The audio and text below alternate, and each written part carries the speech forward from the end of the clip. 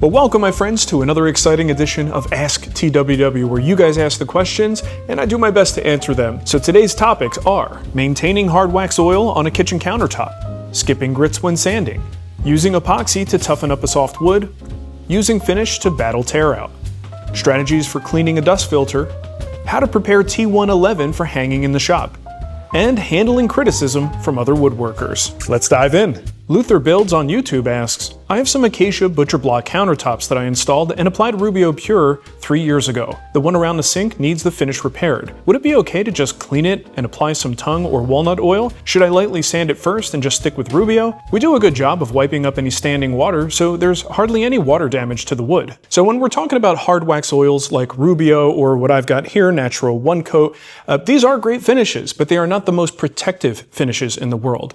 That's the drawback. But the benefit is that they're so easy to repair. So what I'm thinking is if Luther got 3 years out of a finish like this, especially around a sink with water exposure like that, I think he's in good shape. And I don't see any reason to switch to another oil like a tung oil or walnut oil. I think the finish he put on there did its job. And now it's super easy to repair. Just a light sanding and then apply some more of that finish on top. In our kitchen here at the shop, we also have an Acacia Butcher Block style countertop. I did not finish that with a 2-part Hardwax oil. I just used Bumbleshoots, which is a mixture of tung oil, citrus solvent, and a little bit of wax. And it's kind of the same principle for repair, just a light sanding and then reapply the finish and it looks like new, right? So that's the benefit here when you're using these types of Hardwax oil finishes. So Luther, don't overcomplicate it. Just reapply the finish that was already on there.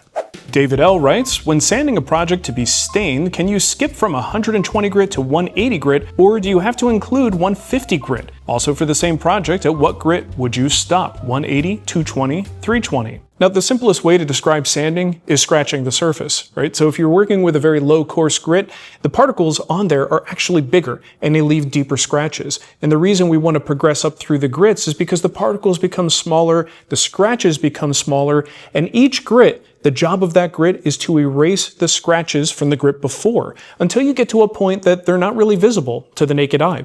So something like 180, 220 is usually about where that starts to happen. So when you skip grits, if you skip too many, you have a deep scratch caused by the low grit, then you jump to something quite a bit higher. Now the surface may end up feeling smooth, but then you apply finish to it or you view it in just the right light and suddenly you see those swirl mark patterns on the surface and it drives you crazy because you skipped too many grits or you didn't spend enough time on each grit. So in the case of 120 to 180, I don't really think we have to worry about that too much. Spend a good amount of time with the 180 and I think you'll be okay. But would you be better off using the 150 in between? I think so. It's a more efficient way to go. The 150 is going to be more aggressive than the 180. It'll be better at removing the 120 marks quickly and allowing you to just kind of progress up through. In that case, again, it's a mixed bag. I wouldn't go buy the 150 just for this, but if you have it on hand, go ahead and use it because it just makes everything a little bit more efficient. Now, as far as which grit to stop, that depends on the look that you're going for. So I used a little bit of this Natural One Coat chocolate brown, and I have 3 different grit sanded boards here. So we have 120, 180, and 320. So when you step back, you can kind of see a little bit of a difference there, right? So the lower the grit, generally speaking, the darker the stain will look. And the higher the grit, the lighter it will look. So if you're not really seeing it, look what happens when we take the highest and the lowest. Right? You see a bigger difference there. So this is just something that's a very subtle difference as you go from a lower grit to a higher grit that you can use to your advantage strategically.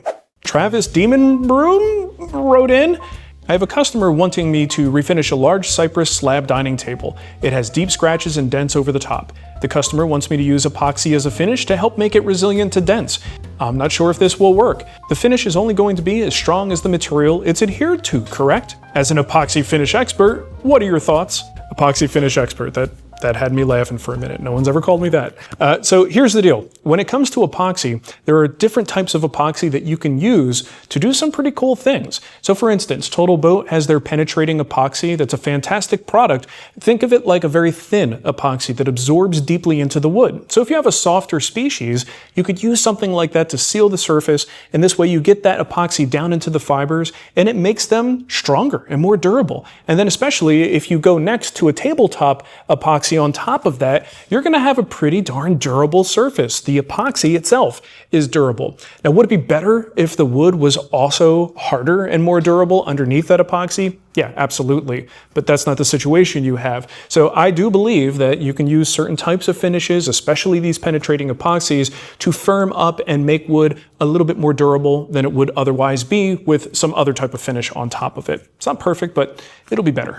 Gary Zumwalt wrote in and said, when I work with veneered plywood, I do a finish coat on a sheet before I cut or mill it. I do it so the finish will soak in and presumably strengthen the veneer fibers, getting less chip out. Have you heard or experienced this, or am I wasting my time? Now, what's funny is this almost relates to the last question I just answered about epoxy and strengthening the fibers. But in this case, will it actually work? Well, I told Gary, I said, hey, test it. I don't know. See if it works. You've got the material there.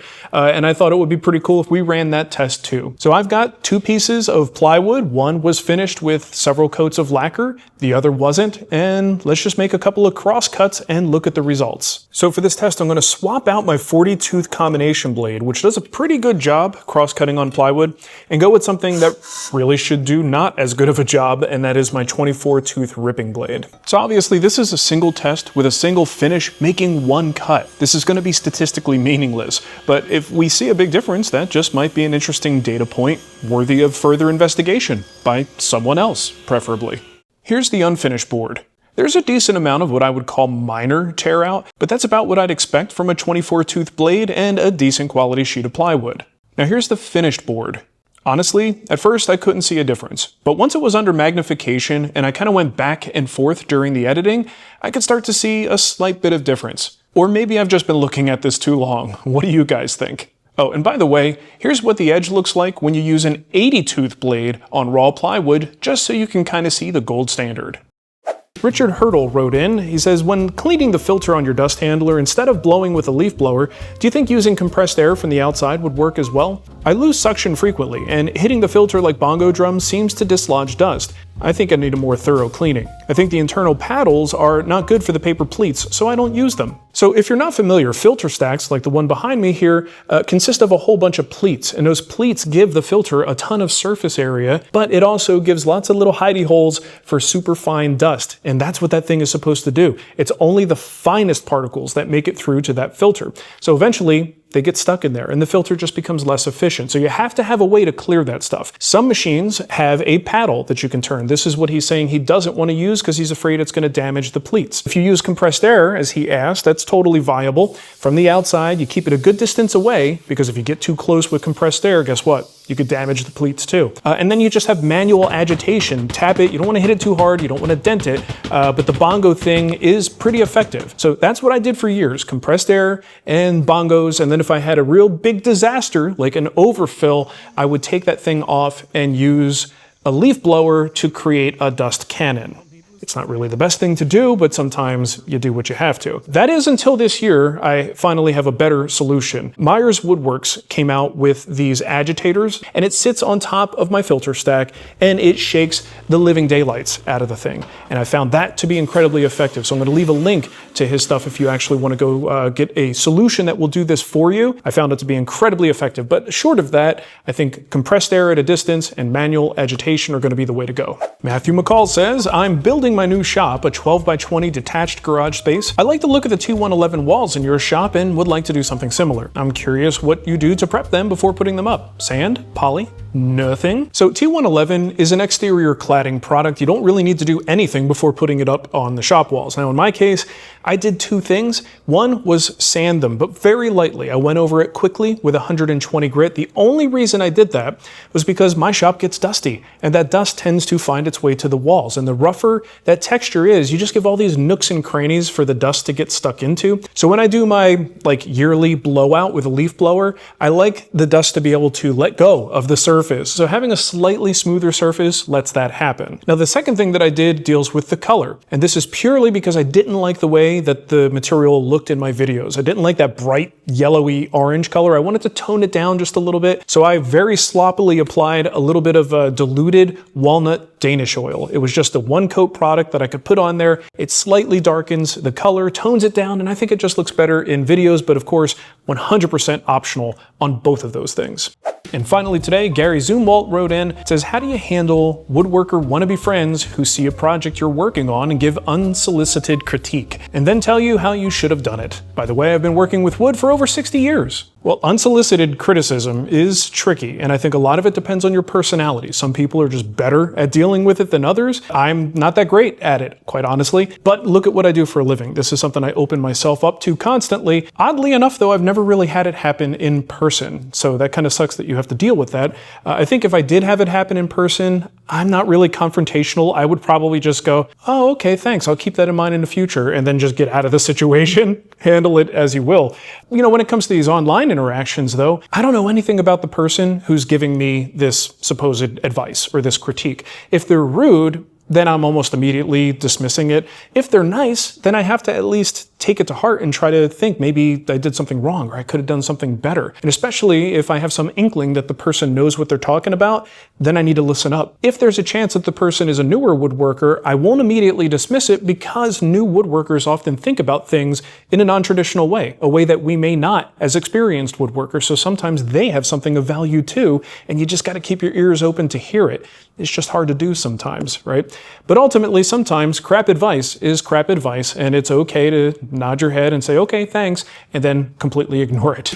All right, so that's all I got for you today. These questions came from both Patreon at patreon.com/woodwhisperer and here on YouTube in the membership area. Every week I ask folks for questions, and then I use those questions. I answer them every week, but then I use some of those questions to make shows like this one. All right, so go check that out if you're interested in it and you want to hear your question on this show. Also, my books. I don't talk about these enough, but we have a couple of awesome books that you can buy a signed copy from me at TWWstore.com, Essential Joinery and Hybrid Woodworking. We've sold a lot of them over the years. I think you're going to enjoy them and learn a lot from them, all right? So if you could, check those out. We always appreciate the support. Okay, thanks for watching. We'll see you next time.